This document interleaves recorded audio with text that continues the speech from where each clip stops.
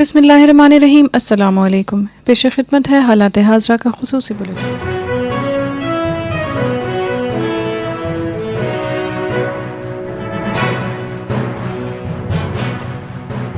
ایران نے سعودی عرب کے ساتھ مذاکرات کی تصدیق کر دی۔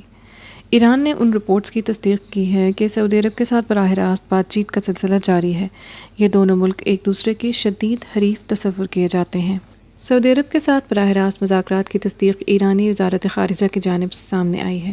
وزارت خارجہ کے ترجمان نے بتایا کہ اس مذاکراتی عمل میں دو طرفہ امور کے ساتھ ساتھ علاقائی معاملات بھی شامل ہیں۔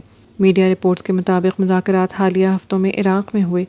دونوں ممالک کے تعلقات سن 2016 سے شدید کشیدہ ہیں۔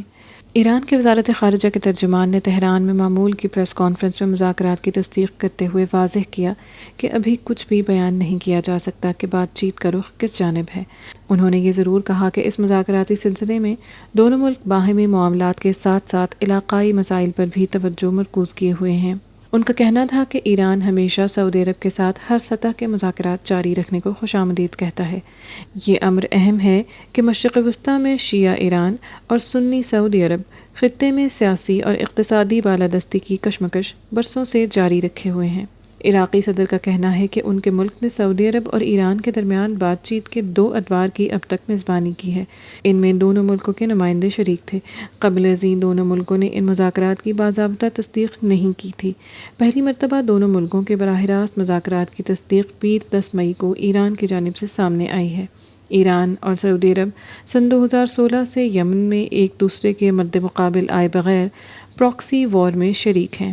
یمن کے متحارب فریق حوثی ملیشیا کی سرکوبی کے لیے سعودی عرب نے اپنے ہم خیال ملکوں کے ساتھ ایک عسکری اتحاد قائم کر رکھا ہے۔ حوثی ملیشیا کو ایران کی حمایت حاصل ہے۔ حالیہ ہفتوں کے دوران ان دونوں ملکوں نے ایک دوسرے کے خلاف بیان بازی میں لہجے کو نرم بھی کیا اور اسے سفارتکاروں نے ایک مثبت پیش رفت قرار دیا تھا۔ ان بیانات میں مصالحت کا عندیہ بھی دیا گیا ہے۔ چند روز قبل سعودی عرب کے ولی عہد شہزادہ محمد بن سلمان نے ملکی ٹیلی ویژن پر ایک انٹرویو میں واضح کیا تھا کہ ان کا ملک ایران کے ساتھ مثبت اور خاص تعلقات کا خواہاں ہے۔ انہوں نے یہ بھی کہا کہ اس مقصد کے لیے تہران کو اپنے منفی رویے میں تبدیلی پیدا کرنی ہوگی، جس کے جواب میں ایران نے بھی تعمیری مذاکرات کے ذریعے باہمی اختلافات کو ختم کرنے کا اشارہ دیا تھا۔